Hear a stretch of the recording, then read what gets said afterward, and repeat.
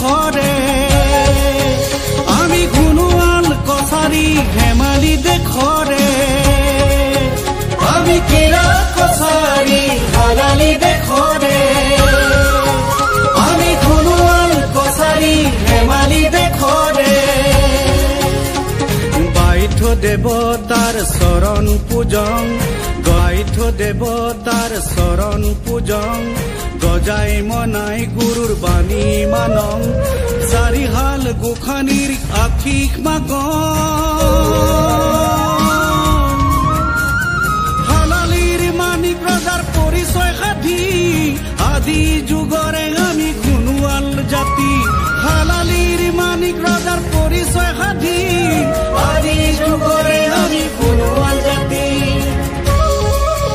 আমি কিৰাত কছাৰী হালালি দেখৰে গৈ মাহৰ 7-8-9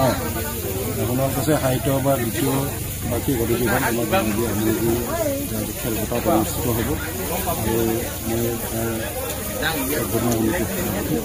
ইতিমধ্যে আজি আমি 25 ডিচেম্বৰ বৰদিনত আমি আমাৰ লাইকেইটা লাইকেইটা আজি স্থাপন কৰিলোঁ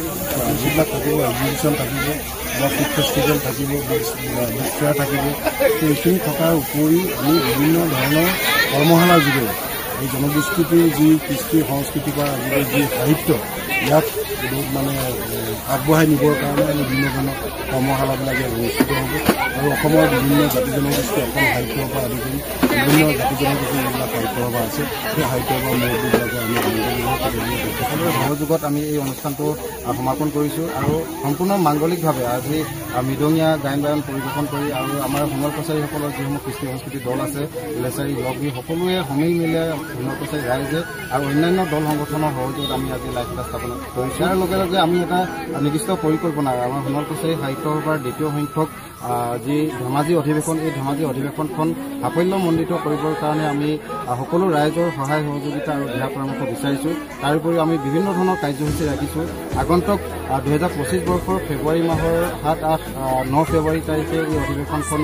3দিনীয়া বৰ্ণাঢ্য কাৰ্যসূচীৰে অনুষ্ঠিত হ'ব আৰু এই অনুষ্ঠানত সৌভাগ্যৰ বিষয়ে যে অসমৰ মাননীয় মুখ্যমন্ত্ৰী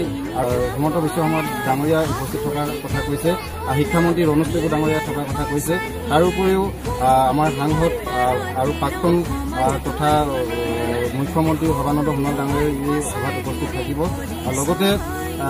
বিধানসভাৰ অধ্যক্ষ বিশ্বজিৎ দৈমাৰী ডাঙৰীয়াই এই সভাত উপস্থিত থকাৰ কথা কৈছে আৰু আমি সোণোৱাল কছাৰীৰ জাতিৰ যিসমূহ কৃষ্টি সংস্কৃতি ভাষা সকলোবিলাক যাতে এই অধিৱেশনখনত উপস্থাপন কৰি দেখুৱাব পাৰোঁ ৰাইজৰ আগত দেখুৱাব পাৰোঁ আমি কৃষ্টি সংস্কৃতিৰ যাতে এটা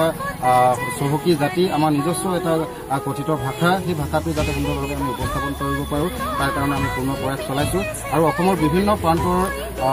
ৰাইজে এই অনুষ্ঠানত অংশগ্ৰহণ কৰিব তাৰোপৰি অৰুণাচলৰ আমাৰ সোণোৱাল কছাৰী ৰাইজেও এই সভাত অংশগ্ৰহণ কৰিব আমি সকলোৰে সহায় সহযোগিতা তথা দিহা পৰামৰ্শ কামনা কৰিছোঁ আৰু